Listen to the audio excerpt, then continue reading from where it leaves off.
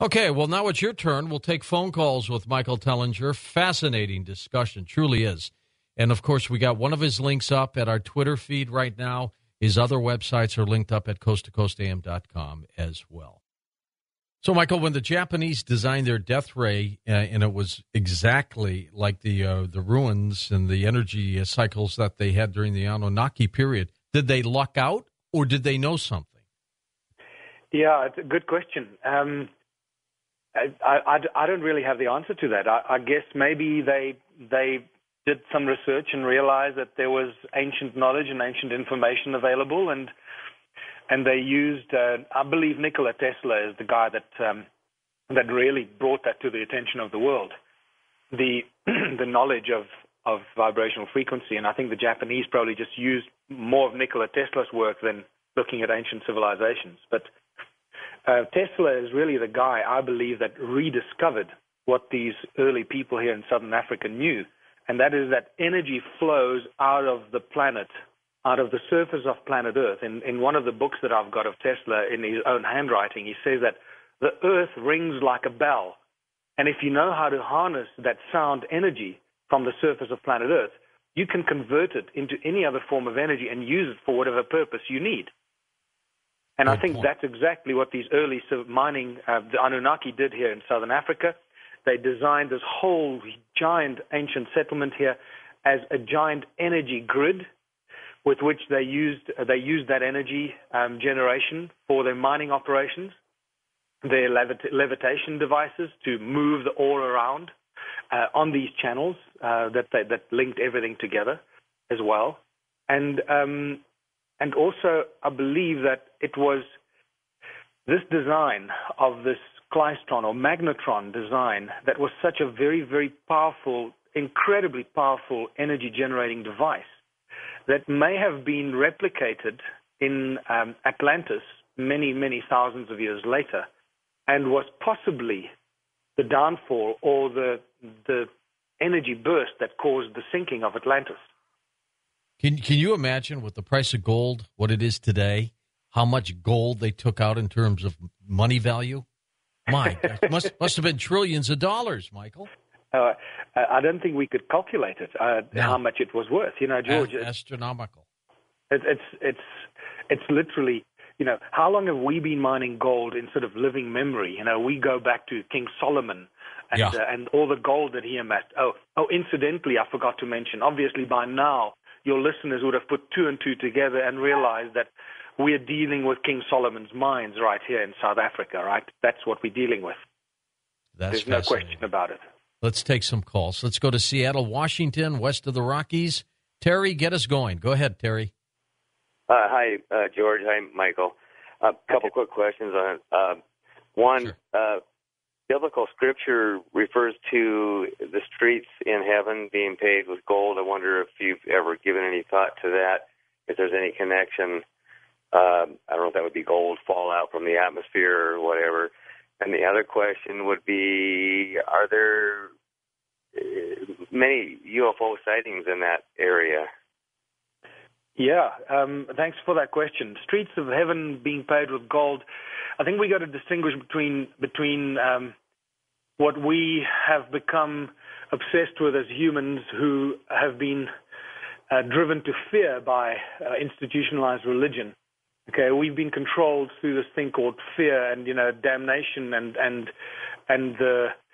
the moment where you get judgment, whether you've been a good boy or a bad boy. Either you know, destined for eternal damnation or eternal bliss. And, you know, personally, I don't believe there's such a thing as heaven. I believe that we're all part of the divine being. We're all one. We're actually all one with the divine being, but we have been we've been taught that we are separate, and the division has been sown among human beings, and that's why there's so much strife and problems on planet Earth, while we actually should realize we're all one. So I think the Sumerian tablets often refer to heaven as another planet, as planet Nibiru, and the Anunnaki would have referred to heaven as their planet. So maybe because they took so much gold of this planet, they would have referred to their streets on planet Nibiru being paved with gold.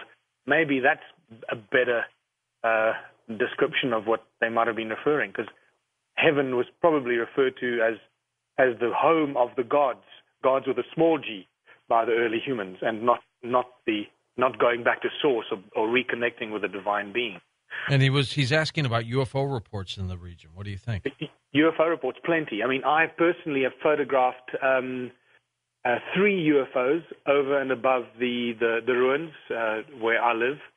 3 UFOs. My friend Michael Fanikak, whose house I'm at right now, he has a phenomenal video clip that he took on which he has at least 8 UFOs flying through this one little clip, which is probably about a minute long.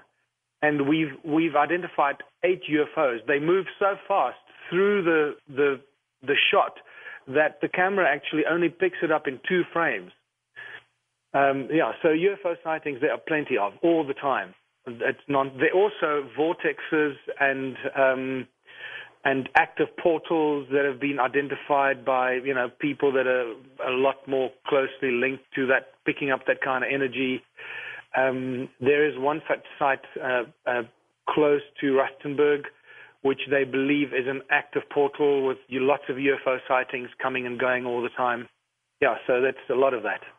All right, let's go to Marietta, California. Francine on the wild card line. You're on Coast to Coast, Francine. Good evening, Mr. Tellinger, Mr. Norrie. It's an honor to be on tonight. I had a question regarding if you're obviously you're probably aware of the Human Genome Project that's going on, where they've traced humans to 7 basic tribes that have come out of Africa. Every single person on the world they basically traced back to Africa. And what you think about that, because it really does show that our DNA and our heritage does go back to Africa, and about the fact that we have less chromosomes than many animals like chickens, and yet we're able to use computers, talk the way we're talking. And it really, I think, is a mystery as to why we're the ape that's talking right now rather than chimpanzees or gorillas. Yeah. Good Thanks question. Very much. Go ahead. Yeah, thanks very much, Francine. That the genetic anomaly is definitely one of the first warning signals that we get that something is not quite right with our species, that we have been manipulated, that all other primates have 24 pairs of chromosomes, we have 23 pairs of chromosomes. But then when you take the sex chromosome out of it, we actually have 22 pairs of chromosomes, which becomes very interesting, because the number 22 is a fundamental frequency that seems to govern a lot of interesting things and the flow of energy. First of all, planet Earth, a number of the work I've been doing with the brilliant Willem de Swart. I'm busy finishing a work with him called The Secret Numbers of God. We should publish that this year still. And Willem has basically decoded the whole universe and everything with a brand new set of geometry that links into sacred geometry. And the reason I'm talking about this is because it links to the genetic thing, and everything is dictated and seems to be explained with the numbers that Willem has decoded. And it tells us that the number 22, which is the number of original chromosomes we have, comes from some sort of a manipulative process that you have to have 22 pairs of chromosomes, and the 23rd was slapped on as a sex chromosome so we can procreate. Then there are 22 fundamental frequencies from which all other frequencies seem to emanate. Around the Greater Giza Plateau, there are 22 pyramids, and so it goes. 22 over 7 gives you pi, and etc. So the number 22 is very interesting. And the genetic anomalies in human DNA is a big warning flag to say something is not quite right with our species, and let's pay attention to that. Yeah, and what was the other part of your question now? I get distracted. Well, she was just talking about the Genome Project and the fact that why the chimpanzees aren't the ones talking and we were. Yeah, exactly. And you answered that. Yeah, isn't that a great... I think there's a wonderful story where a little grade 2 boy asks, well, if we evolved out of apes, why are they still apes? It's a lovely little question, and it's quite humorous, isn't it? Oswego, New York, we go. Ed, it's your turn. Go ahead, Ed. Yes, I was just good morning to both of you. Wondering what kind of transportation did the Annunaki have, if there's any evidence left and any carvings around showing how if they traveled the whole world or not. Transportation on this planet, you mean? Yes, how if they moved around the planet to different parts of the Okay. other What did they continents. have? What did they have for people movers, Michael? Well, the best description comes from the Sumerian tablets.